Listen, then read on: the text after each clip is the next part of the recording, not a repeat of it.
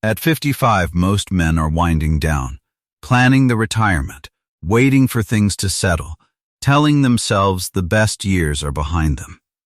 Marcus Aurelius was 55 when he began writing his most important work. Not a speech, not a public document, a private journal he never intended anyone to read. The Meditations.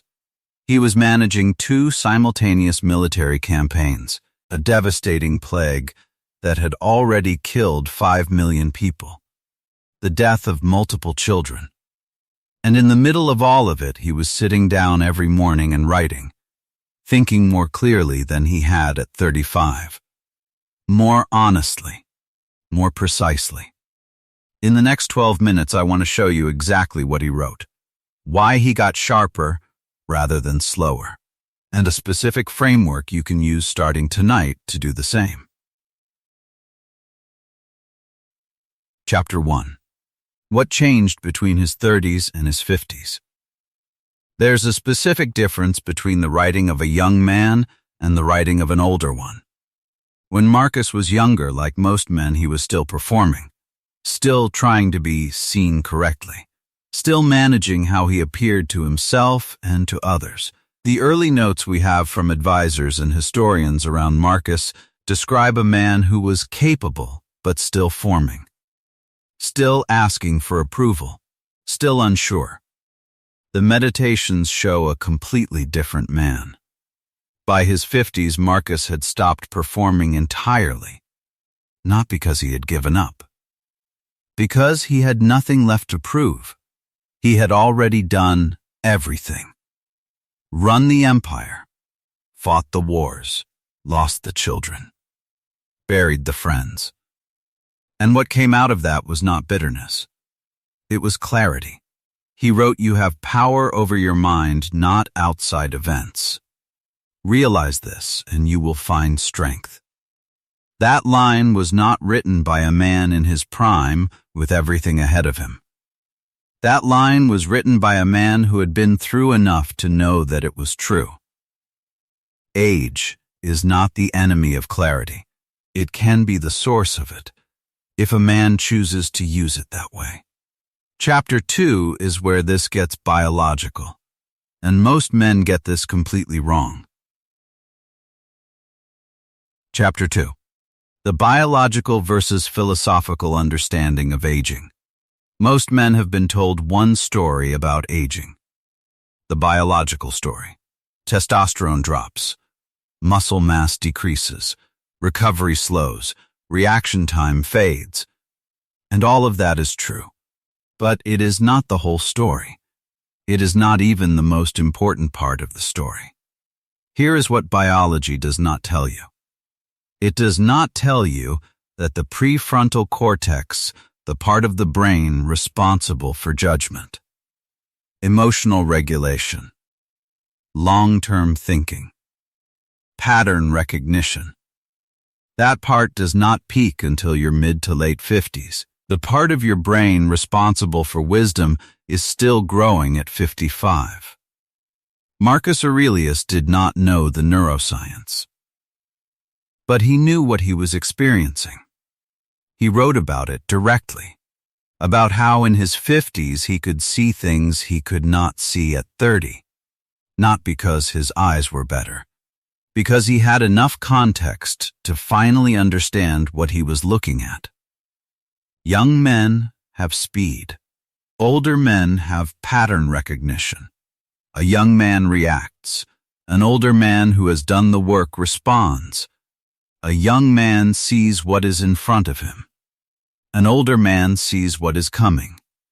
This is not consolation. This is neuroscience. The question is whether you develop it, or whether you accept the decline narrative and hand the decade away. The Stoic answer is very specific about which one to choose. Chapter 3. 3 specific reframes Marcus used. These are not motivational phrases. They are practical cognitive tools. And they work differently at 50 than they do at 25.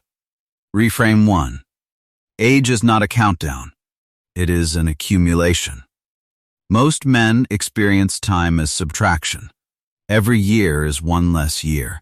Every decade is a decade closer to the end. Marcus experienced time as addition. Every year was another year of data, another year of knowing what mattered and what didn't, another year of being free from the things that used to occupy him.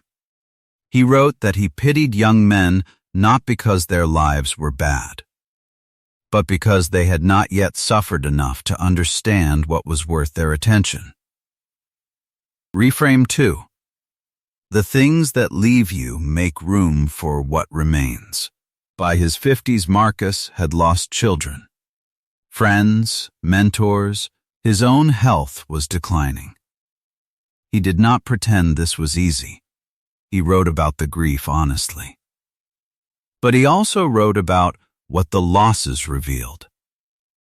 When you lose the things you thought defined you, you find out what actually does. For most men, the midlife loss is a job, a relationship, a version of themselves they had been maintaining for decades. Those losses are the beginning of the real work, not the end of it. Reframe 3. And this is the one that changes behavior the fastest. Your audience has changed. Stop performing for the old one. In your 20s and 30s, you had an audience. Parents, peers, employers, a version of society you were trying to satisfy. You shaped yourself around what that audience expected. Most men do. By 50, most of those audience members have stopped watching. Or stopped mattering. Or both. And yet most men are still performing the same show. For people who are no longer in the room. Marcus wrote that freedom begins when you stop needing the applause of people who do not understand what you are doing anyway. Chapter 4 is where this becomes a blueprint you can start tonight. Chapter 4. Your second half blueprint. Not a theory. Not a philosophy lecture. 4 specific questions Marcus used to orient himself at the start of each new phase of his life.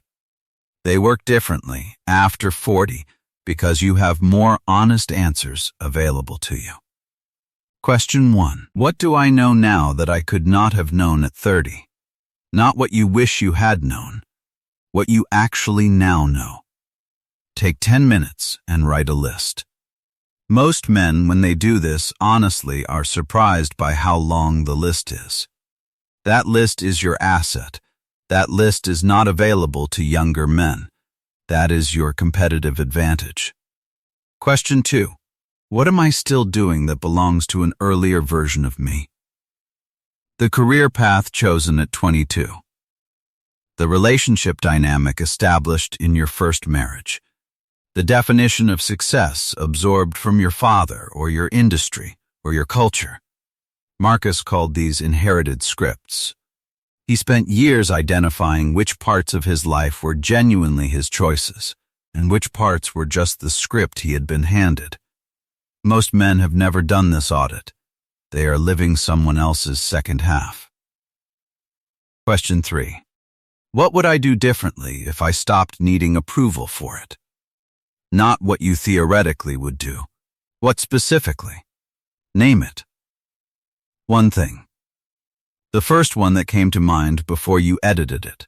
That first answer before the edit is usually the true one. Question 4. What is the one thing only I can do? That I keep postponing. Every man over 40 has an answer to this. Usually it has been postponed for years, waiting for conditions that will never be perfect. Marcus wrote the impediment to action advances action. What stands in the way becomes the way. The postponed thing is not waiting for the right time. The postponed thing is the right time. Start with question 1. Tonight, not tomorrow. Write your list of what you know now that you could not have known at 30. Give it 15 minutes. Do not edit it. That list is the beginning of your second half blueprint. If this landed, subscribe. Every week I release a long-form breakdown and daily shorts built for men navigating the second half of life.